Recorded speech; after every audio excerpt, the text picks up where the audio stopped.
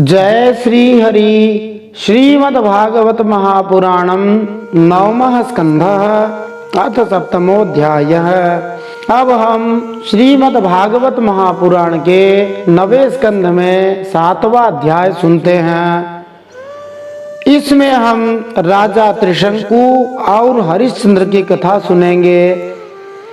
श्री गणेशाय नमः, श्री सरस्वत्यै नमः, श्री गुरवे नमः, श्री पुराण पुरुषोत्तमाय नमः। पिछले नवे स्कंद के छठे अध्याय में इक्ष्वाकु के वंश का वर्णन राजा मानधाता और सौभरी ऋषि की कथा सुनते हुए हमने जाना। रथितर नामक एक राजा हुआ जो संतानहीन था। वंश परंपरा की रक्षा के लिए उसने अंगिरा ऋषि से प्रार्थना की। उन्होंने उसकी पत्नी से ब्रह्म तेज से संपन्न कई पुत्र उत्पन्न किए। यद्यपि ये सभी पुत्र रथितर की पत्नी से उत्पन्न हुए थे, इसलिए इनका गोत्र रथितर वाला ही होना चाहिए था। फिर भी वे सब अंगिरसी कहलाए थे। ये ही रथितर वंशियों के प्रवर कहलाए, मानी कुल में सर्वश्रेष्ठ पुरुष कहलाए, क्योंकि ये क्षत्रोपेत ब्राह्मण थे।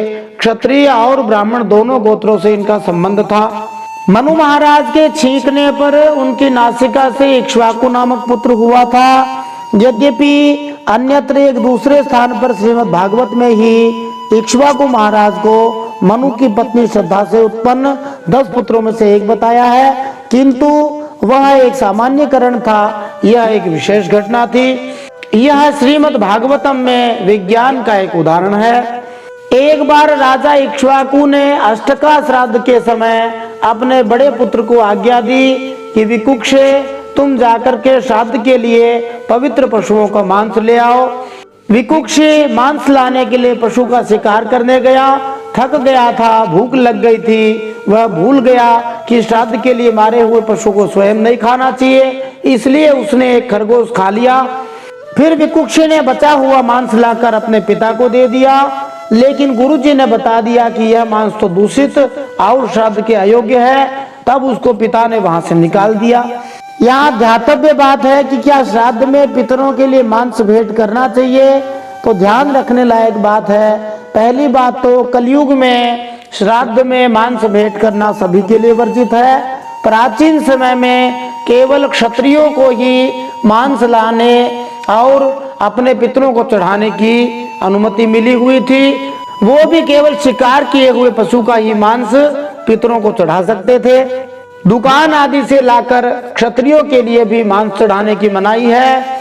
बाकी ब्रह्मवैवर्त पुराण में कहा गया है, कलयुग में 5 काम पूरी तरह से वर्जित हैं। अश्वमेधम गवालंभम संन्यासम फलपैतृकम देवरेण सुतोत्पत्तिम कलौ पंच विवर्जयेत। कलयुग में अश्वमेध यज्ञ करना, गायों की यज्ञ में बलि देना, संन्यास ग्रहण करना और पितरों को श्राद्ध में मांस भेंट करना तथा अपने अनुज की पत्नी से संतान उत्पन्न करना, ये सब पूरी तरह से निषेध है। पूर्व काल में ऐसी भेंटें दी जाती थी, किंतु कलयुग में पूरी तरह से वर्जित है। वह विकुक्षी ही खरगोश माने शश को खाने के अधमनि कारण शशाद नाम से प्रसिद्ध हुआ। तो शशाद का अर्थ हुआ शश माने खरगोश, अधमनि खाना, इसलिए उसका नाम पड़ गया शशाद। उसे शशाद माने विकुक्षी के एक बेटा था, जिसके 3 नाम प्रसिद्ध हुए, पुरंजय, इंद्रवाह और ककुत्स्थ। उस राजा ने देवताओं को उनका पुर जीतने में सहायता की थी, इसलिए उसका नाम पड़ गया पुरंजय। युद्ध में जाने से पहले उसने कहा कि जब इंद्र के ऊपर मैं बैठ के जाऊं तभी युद्ध में जाऊं, नहीं तो नहीं जाऊं। तो इंद्र को वाहन बनाया, इसलिए उसका नाम इंद्रवाह हुआ। बैल के ककुदमणि डील के ऊपर बैठ के गया था, इसलिए उसका नाम ककुत्स्थ हो गया। युवनाश्व नामक एक राजा था, जिसके कोई संतान न थी, इसलिए वह वन में जाकर ऋषियों की सहायता से देवराज इंद्र के लिए यज्ञ करवाता है। एक दिन राजा युवनाश्व को रात्रि के समय बड़ी प्यास लगी। वह यज्ञशाला में गया, लेकिन वहां पर ऋषि लोग तो सो रहे हैं। तब पानी पीने का कोई उपाय नहीं मिला, तो वह मंत्र से अभिमंत्रित जल पड़ा हुआ था, उसे उसके बारे में पता नहीं था। उसी कलश को उठाकर पानी पी गया। सुबह ऋषि लोग सोकर उठे, उन्होंने देखा कलश में तो जल ही नहीं है। तब उन्होंने पूछा, ये किसका काम है? ये तो पुत्र उत्पन्न करने वाला जल था, किसने पी लिया। अंत में जब उन्हें पता लगा कि श्री भगवान की प्रेरणा से राजा युवराज ने ही उस जल को पी लिया है, तो उन लोगों ने भगवान के चरणों में नमस्कार किया और कहा, धन्य है, भगवान का बल ही वास्तव में बल है। फिर ऋषि जो वैज्ञानिक थे, उन्होंने युवनाश्व की दाहिनी कोख को आधुनिक सिजेरियन की पद्धति से फाड़ करके एक चक्रवर्ती पुत्र उत्पन्न किया था।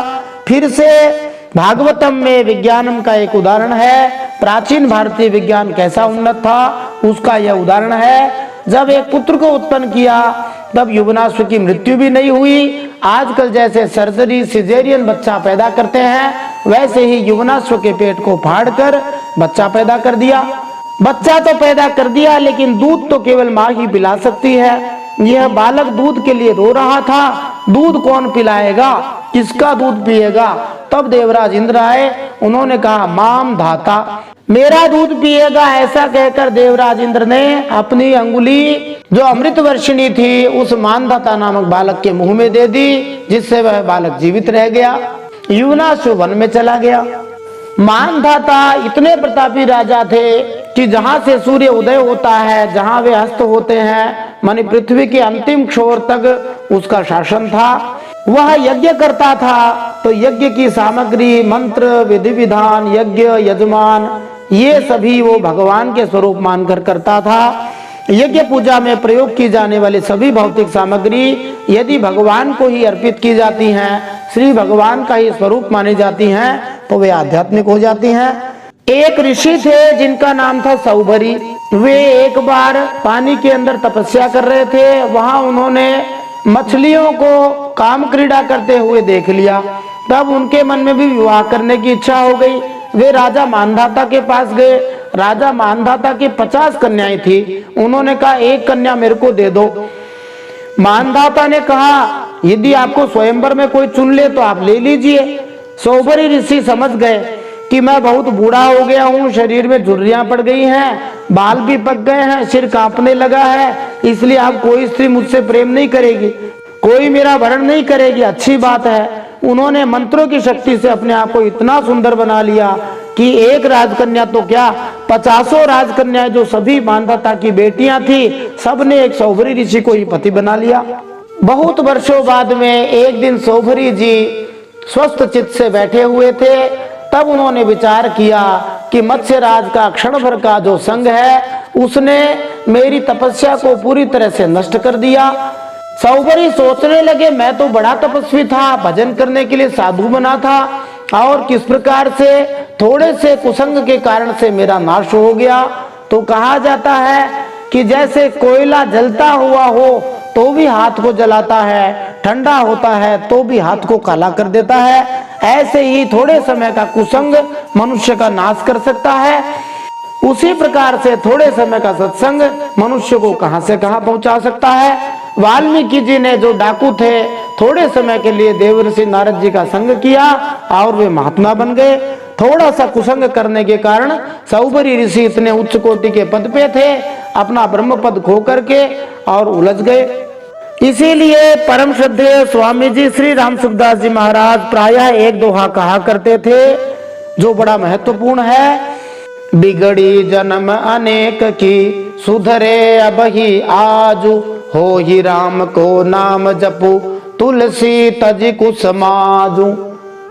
स्वामी जी कहते थे, अनेक जन्मों की बिगड़ी आज सुधर जाए, आज में अब सुधर जाए। तुलसीदास जी ने कही है ये बात। उपाय क्या है? 3 उपाय हैं। हो ही राम को, भगवान के होकर नाम जपो, उनका नाम जपे, और कुसमाज को छोड़ दे, कुसंग को छोड़ दें। फिर सौभरी ऋषि ने अनुभव करके बताया, जिसे मोक्ष की इच्छा हो उसे चाहिए कि वह अच्छा संग करे, संत महात्माओं का संग करे, दुष्टों के संग से अपने आप को बचा कर रखे। भगवान श्री रामचंद्र जी विभीषण महाराज को श्री रामचरितमानस सुंदरकांड के 46 नंबर के दोहे की एक चौपाई में कहते हैं, बरु भल बास नरक करताता, दुष्ट संग जनि देई विधाता। हे विधाता, भले ही नरक में रहना पड़ जाए, पर दुष्टों की संगति कभी नहीं करनी चाहिए। देखिए, ये सौभरी ऋषि 1 से 5001 में बदल गए। पहले अकेले रहकर तपस्या कर रहे थे। जल में मछली का थोड़ा सा कुसंग होने से 50 में बदल गए, 50 कन्याओं से ब्याह कर लिया। एक एक कन्या के 100 बेटा हुए। इस प्रकार 1 से 5001 में पहुंच गए। तो वास्तव में संसार की कोई भी वस्तु हमें नहीं उलझाती है, हम स्वयं उसमें उलझ जाते हैं। जैसा कि भगवान राम कहते हैं, मैं अरु मोर तोर ते माया, मेरा और तेरा यही माया है। वास्तव में माया नहीं उलझाती है। कोई भी वस्तु जो भौतिक होती है वो हमें आकर नहीं कहती मैं तुम्हारी हूं, क्योंकि वो तो जड़ है। हम ही उसको अपना मान करके, मेरा मेरा मान करके सुख दुख का अनुभव करते रहते हैं। ये माया तो जब शरीर छोड़ देती है तब आत्मा भी वापस इस शरीर में नहीं आना चाहती है। कोई भी वस्तु जब तक हमारे पास है तब तक ही वो हमें अपनी लगती है। जैसे ही किसी दूसरे के पास चली गई तब हमें अनुभव हो जाता है कि इससे हमारा कोई संबंध नहीं है। वास्तव में मनुष्य स्वयं माया जाल में उलझता है। इसीलिए दादू दयाल जी संत हुए, उन्होंने कहा, दादू माया डाकिनी काट काट के खाए। एक बार जब माया जाल में कोई उलझ जाता है तब माया उसे छोड़ती नहीं है। नहीं तो कोई भी माया चलाकर नहीं कहती कि मैं तुम्हारी हूँ। सौबरी ऋषि ने खूब विचार करके निश्चय कर लिया कि अब तो भजन करना है। तो क्या हम भक्त हैं? हम सभी भक्त हैं। भगवान श्री कृष्ण भगवत गीता 9वें अध्याय के 30 और 31वें श्लोक में कहते हैं, अभिचेत सुदुराचारो भजते माम अनन्य भाग, साधुरेव समन्तव्यः सम्यक व्यवसितो हि सः। कोई कितना भी दुराचारी हो, पापी हो, एक बार दृढ़ निश्चय सौबरी ऋषि की तरह कर ले कि अब तो मुझे भजन ही करना है, अब तो मुझे अपना उद्धार ही करना है, उसे निश्चित रूप से साधु मान लेना चाहिए, क्योंकि उसने दृढ़ निश्चय कर लिया है। जब कोई अपने आप को भक्त मान लेता है तो भगवान के विचार में क्षिप्रम भवति धर्मात्मा शाश्वत शांति निगच्छति। भगवान उसको धर्मात्मा बनने का सर्टिफिकेट तुरंत दे देते हैं और धर्मात्मा बनते ही शांति मिल जाती है। हम सभी भगवान के भक्त हैं, हमें अपने आप को भक्त मानना जरूरी है। जैसे कहा जाए कि चोर पहले होता है या चोरी होती है तो सब कहेंगे जो चोर होता है वही चोरी करता है। ऐसे ही जो भक्त होता है वही भक्ति करता है, जो अध्यापक होता है वही पढ़ाता है, जो पंडित होता है वही पंडिताई करता है, जो व्यापारी होता है वही व्यापार करता है। ऐसे ही जब पूछा जाता है कि आप भक्त हो तो कहते हैं हम तो भक्त नहीं है जी। ऐसा नहीं कहना चाहिए, ऐसा मानना चाहिए कि मैं भक्त हूँ। अब भक्त कैसा है वो एक अलग बात है। जैसे एक कक्षा में बहुत सारे विद्यार्थी होते हैं, बहुत होशियार भी होता है और बहुत कमजोर भी होता है, पर विद्यार्थी होना आवश्यक है पढ़ने के लिए। ऐसे ही भक्ति के लिए भक्त होना आवश्यक है। अब हम श्रीमद् भागवत महापुराण के 9वें स्कंद के 7वें अध्याय में राजा त्रिशंकु और हरिश्चंद्र की कथा सुनते हुए इन प्रश्नों के उत्तर प्राप्त कर सकते हैं। किस प्रसंग का स्मरण करने से सर्पों से निर्भय हो जाते हैं? त्रिशंकु कौन थे जो आज भी आकाश में लटके हुए हैं? त्रिशंकु सरकार क्या होती है? राजनीति विज्ञान के तहत विश्वामित्र और वशिष्ठ जी ने एक दूसरे को क्या शाप दे दिया था? राजा हरिश्चंद्र कौन थे? उन्हें किसकी कृपा से रोहित नामक पुत्र हुआ? क्या आप भी श्री भगवान को धोखा देते हो? कैसे? ये एक महत्वपूर्ण प्रश्न है, इसका उत्तर मिलेगा। सुनय से पाख्यान क्या है? सत्यवादी राजा हरिश्चंद्र की कथा, हरिश्चंद्र और महात्मा गांधी का अनुभव। क्या आप भी अपने बच्चों को यही सिखा रहे हैं?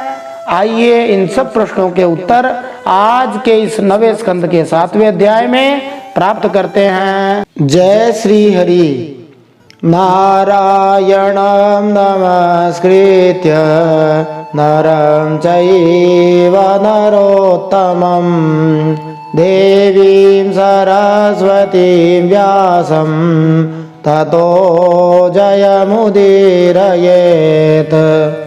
भगवान श्री नरनारायण को प्रणाम करते हुए श्री गणेश जी महाराज, माता सरस्वती, वेदव्यास भगवान को प्रणाम करते हुए, हृदयाराध्य श्री हरिचरणों में प्रणाम करते हुए, भगवत स्वरूप श्रीमद् भागवत को प्रणाम करते हुए, श्री सुखदेव जी और परीक्षित महाराज को प्रणाम करते हुए अनंत कोटि सब संत महात्माओं वैष्णवों को प्रणाम करते हुए अब हम श्रीमद् भागवत महापुराण के 9वें स्कंद में 7वां अध्याय सुनते हैं। इसमें हम राजा त्रिशंकु और हरिश्चंद्र की कथा का श्रवण करेंगे। श्रीमद् भागवत महापुराणम 9वां स्कंधः अथ 7मोऽध्यायः। श्री शुक उवाच मान्धातुः पुत्र प्रवरो योऽम्बरीषः प्रकीर्तितः पितामहेन प्रवृतो यौवनाश्वश्च तत्सुतः हारीतस्तस्य पुत्रो भून् मान्धात्री प्रवरा इमे नर्मदा भ्रातृभिर्दत्ता पुरुकुत्साययोरगैः तया रसातलं नीतो भुजगेन्द्र प्रयुक्तया। श्री सुखदेव जी परीक्षित महाराज से कहते हैं, मैं वर्णन कर चुका हूं कि मानधाता के पुत्रों में सबसे श्रेष्ठ अम्बरीश थे। उनके दादा युवनाश्व ने उन्हें पुत्र रूप में स्वीकार कर लिया। उनका पुत्र हुआ यौवनाश्व और यौवनाश्व का हुआ हारित। मानधाता के वंश में ये 3 अवान्तर गोत्रों के प्रवर्तक हुए। नागों ने अपनी बहन नर्मदा का विवाह पुरुकुत से कर दिया था। नागराज वासुकी की आज्ञा से नर्मदा अपने पति को रसातल में ले गई। गंधर्वानवधि तत्र वध्यान वै विष्णु शक्ति दृक् नागा लब्ध वरः सर्पा दभयं स्मरतामिदं त्रसद्दस्युः पौरुकुत्सो यो नरण्यस्य देहकृत् हर्यश्वस्तत्सुतस्तस्मा दारुणोऽथ त्रिबन्धनः।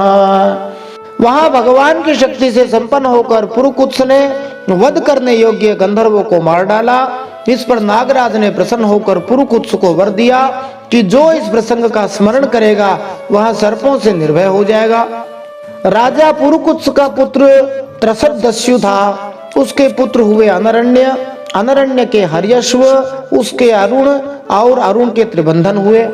तस्य सत्यव्रतः पुत्र त्रिशंकुरिति विश्रुतः प्राप्तश्चाण्डालतां शापाद् गुरुः कौशिक तेजसा सशरीरो गतः स्वर्गमद्यापि दिवि दृश्यते बातितो वाक्षिरा देवैस्तेनैव स्तंभितो बलात्। त्रिबंधन के पुत्र सत्यव्रत हुए।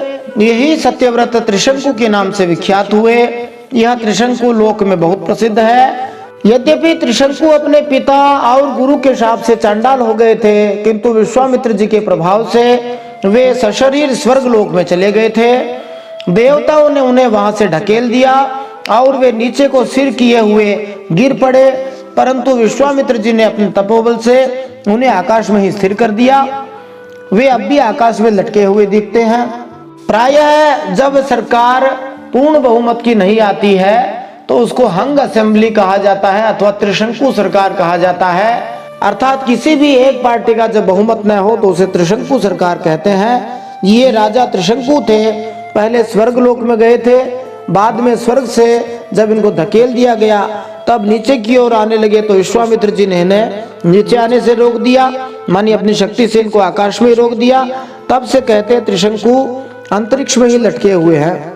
त्रैशंकवो हरिश्चंद्रो विश्वामित्र वसिष्ठयोः यन्निमित्तमभूत् युद्धं पक्षिणोर्बहुवार्षिकं सोनपत्यो विषण्णात्मा नारदस्योपदेशतः वरुणं शरणं यातः पुत्रो मे जायतां प्रभो। त्रिशंकु के पुत्र थे राजा हरिश्चंद्र। उनके लिए विश्वामित्र और वशिष्ठ एक दूसरे को शाप देकर पक्षी हो गए और बहुत वर्षों तक लड़ते रहे। इनकी कथा इस प्रकार है। विश्वामित्र तथा गुरु वशिष्ठ सदा एक दूसरे के शत्रु थे। पूर्व में श्री विश्वामित्र क्षत्रिय थे और अपने कठोर तपस्या द्वारा ब्राह्मण बनना चाहते थे, किंतु गुरु वशिष्ठ उसे स्वीकार नहीं करना चाहते थे। इस प्रकार दोनों में हमेशा विरोध उत्पन्न होता रहा, किंतु अंत में विश्वामित्र के क्षमाशीलता के गुण की वजह से गुरु वशिष्ठ ने उन्हें स्वीकार कर लिया। एक बार महाराज हरिश्चंद्र ने एक यज्ञ किया जिसके पुरोहित विश्वामित्र बने, किंतु विश्वामित्र महाराज हरिश्चंद्र पर क्रोधित होकर उसकी समस्त संपत्ति दक्षिणा के रूप में मांग लेते हैं। यह गुरु वशिष्ठ को अच्छा नहीं लगा, इसलिए गुरु वशिष्ठ तथा विश्वामित्र के बीच में युद्ध खड़ा हो गया। यह युद्ध इतना बढ़ गया कि उन्होंने एक दूसरे को शाप तक दे डाला।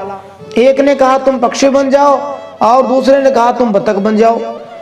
इस प्रकार दोनों पक्षी बन गए और वर्षों तक महाराज हरिश्चंद्र के कारण लड़ते रहे। हम देख सकते हैं कि सौभरी जैसे महान योगी काम वासना का शिकार बने और गुरु वशिष्ठ तथा विश्वामित्र जैसे महर्षि पक्षी बन गए। यही तो भौतिक जगत है। फिर इस प्रकार लड़ते रहे। हरिश्चंद्र के कोई संतान नहीं थी, इससे वे बहुत उदास रहा करते थे। नारद जी के उपदेश से वे वरुण देवता की शरण में गए और उनसे प्रार्थना की कि प्रभु मुझे पुत्र प्राप्त हो जाए।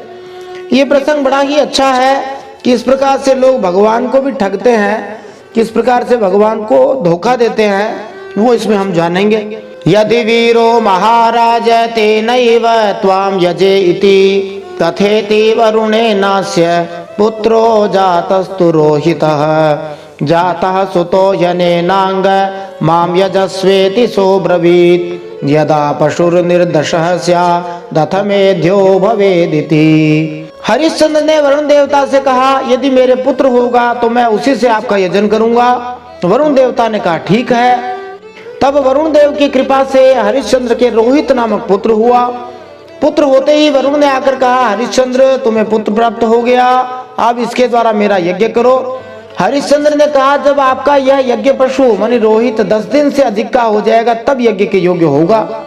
निर्दशे च सागत्य यजस्वेत्याहसो ब्रवीत् दन्तः पशोर्यज्जायेरन् नथ मेध्यो भवेदिति जाता दन्ता यजस्वेति सप्रत्याहसो ब्रवीत् यदा पतन्त्यस्य दन्ता अथ मेध्यो भवेदिति। अपनी प्रतिज्ञा के अनुसार 10 दिन बीतने पर वरुण जी ने फिर आके कहा अब मेरा यज्ञ करो। हरिश्चंद्र ने फिर बहाना निकाल के कहा जब आपके यज्ञ पशु अर्थात मेरा जो ये लड़का है रोहित, इसके मुंह में दांत निकल जाएंगे तब ये यज्ञ के योग्य होगा। दांत उगाने पर वरुण ने कहा अब इसके दांत निकल आए, मेरा यज्ञ करो। हरिश्चंद्र ने कहा जब इसके दूध के दांत गिर जाएंगे तब यज्ञ के योग्य होगा। पशोर्निपतिता दंता यजस्वेत्याहसो ब्रवीत् यदा पशुः पुनर्दंता जायन्तेथ पशुः शुचिः पुनर्जाता यजस्वेति सप्रत्याहसो ब्रवीत् सान्नाहिको यदा राजन राजन्योथ पशुः शुचिः। फिर जब उसके दूध के दांत गिर गए तब वरुण देवता ने फिर से हरिश्चंद्र को कहा अब इस यज्ञ पशु के दांत भी गिर गए, अब तो मेरा यज्ञ कर दो। हरिश्चंद्र ने फिर बहाना निकाल दिया इसके दांत टूटकर दोबारा जब आ जाएंगे तब ये यज्ञ पशु के योग्य होगा। दांतों के फिर से उग जाने पर वरुण जी ने फिर आके कहा अब मेरा यज्ञ करो। हरिश्चंद्र ने कहा वरुण जी महाराज क्षत्रिय पशु तब यज्ञ के योग्य होता है जब वह कवच धारण करने लग जाए। इति पुत्रानुरागेण स्नेह यंत्रित चेतसा कालम वंचयता तम मुक्तो देवस्तमैक्षत रोहितस्तदभिज्ञाय पितुः कर्म चिकीर्षितम् प्राण प्रेप्सुर धनुष्पाणि ररण्यम प्रत्यपद्यत। इस प्रकार राजा हरिश्चंद्र पुत्र प्रेम में बहाने करते रहे, समय टालते रहे। इसका कारण यह था कि पुत्र स्नेह की फांसी ने उनके हृदय को जकड़ लिया था। वे जो जो समय बताते वरुण देवता उसी की बाट देखते रहते। जब रोहित को इस बात का पता चल गया कि पिताजी तो मेरा ही बलिदान करना चाहते हैं, बड़ा हो गया था, तब वह अपने प्राणों की रक्षा के लिए हाथ में धनुष लेकर वन में चला गया। तो यहाँ हमने देखा किस प्रकार से एक व्यक्ति भगवान को देवताओं को उल्लू बनाता है, अब भजन करूंगा अब भजन करूंगा। भगवान को बार बार रिक्वेस्ट करते हैं, निवेदन करते हैं ये काम कर दीजिए तब भजन करूंगा, ये काम कर दीजिए तब भजन करूंगा। भजन में हमारा फायदा है, भगवान का कुछ भी फायदा नहीं है। जैसे कोई गंगा जल में जाके गंगा जी को एक जल अंजलि प्रदान कर दे, उससे गंगा जी को कोई फर्क नहीं पड़ेगा, परंतु देने वाला भक्त बन सकता है। इसी प्रकार से हमें भगवान से वंचना नहीं करके समय पर भजन करने का प्रयास करना चाहिए। हम भी भगवान से खूब वचन लेकर आए हैं। जब गर्भ में थे तब भागवत जी में स्तुति आई थी, पीछे जीव ने स्तुति करी, कहा मुझे इस नरक से निकालो भजन करूंगा। जैसे ही कोई आफत आती है भगवान इस बार बचा लो भजन करूंगा, भगवान बचा लेते हैं फिर भूल जाते हैं। तो ये जो बार बार आत्मवंचना है ये हमारे लिए लाभदायक नहीं है, हम स्वयं से ही धोखा कर रहे हैं। पितरं वरुणग्रस्तं श्रुत्वा जातमहोदरं रोहितो ग्राममेयाय तमिन्द्रः प्रत्यषेधत। भूमेः पर्यटनं पुण्यं तीर्थक्षेत्रनिषेवणैः रोहितायादिशच्छक्रः सोऽप्यरण्ये वसत्समाम्। कुछ दिन के बाद उसे मालूम हुआ कि वरुण देवता ने रुष्ट होकर मेरे पिताजी पर आक्रमण कर दिया है, जिसके कारण वे महोदर रोग से पीड़ित हो गए थे। महोदर रोग में व्यक्ति का पेट बहुत फूल जाता है। तब रोहित अपने नगर की ओर चल पड़ा, परंतु इंद्र ने आकर उसे रोक दिया। उन्होंने कहा, बेटा रोहित, यज्ञ पशु बनकर मरने की अपेक्षा तो पवित्र तीर्थ और क्षेत्रों का सेवन करते हुए पृथ्वी में घूमना ही अच्छा है। इंद्र की बात मानकर वह 1 वर्ष तक और वन में ही रह गया, अपने पिता के पास नहीं गया। एवं द्वितीये तृतीये चतुर्थे पंचमे तथा अभ्येत्याभ्येत्य स्थविरो विप्रो भूत्वा हवृत्रः षष्ठं संवत्सरं तत्र चरित्वा रोहितः पुरीम् उपव्रजन् जीगरता दक्रीणान् मध्यमं सुतम्। इसी प्रकार दूसरे, तीसरे, चौथे, 5वें वर्ष भी रोहित ने अपने पिता के पास जाने का विचार किया, परंतु बूढ़े ब्राह्मण का वेश धारण करके हर बार इंद्र आता और उसे रोक देता। इस प्रकार 6 वर्ष तक रोहित वन में ही रहा। 7वें वर्ष जब वह अपने नगर को लौटने लगा, तब उसने अजीगर्त से उनके मंझले पुत्र शुनशेप को मोल ले लिया।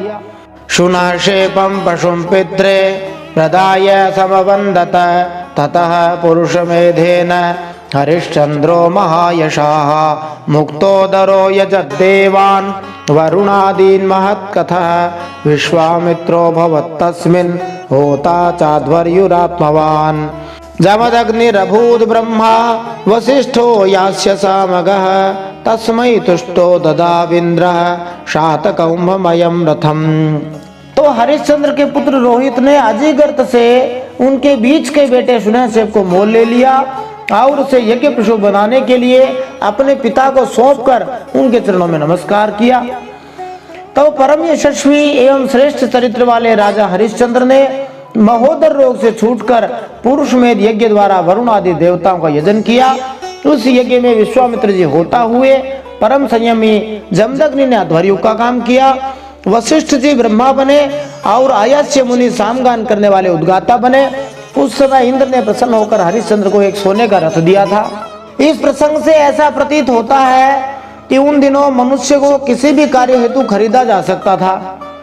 महाराज हरिश्चंद्र को ऐसे व्यक्ति की आवश्यकता थी जिसकी बलि यज्ञ में पशु के रूप में दी जा सके और इस प्रकार वरुण देव को दिया गया वचन पूरा किया जा सके।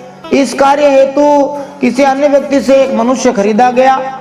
लाखों वर्ष पूर्व पशु बलि तथा दास व्यापार दोनों चलते थे। वास्तव में ये अनंत काल से चले आ रहे हैं। दूसरी बात यहाँ ध्यान देने की है कि शुनशेप बीच का लड़का था। प्रायः परिवारों में देखा जाता है, बड़ा लड़का होता है तो वो अपने पिता का प्यारा होता है, छोटा लड़का होता है वो माँ का प्यारा होता है, बीच वाला ऐसे ही लटका रहता है। उसी तरह शुनशेप की बात है, ये बीच में था, इसलिए इसके पिता ने उसको दे दिया कि ना तो ये मेरा प्यारा है ना माँ का प्यारा है। तीसरी बात यहाँ ध्यान देने की है, वो है देवताओं के स्वार्थीपने को लेकर कि देवता लोग खूब स्वार्थी होते हैं, उन्हें अपना काम चाहिए, चाहे वे किसी की भी बलि दें।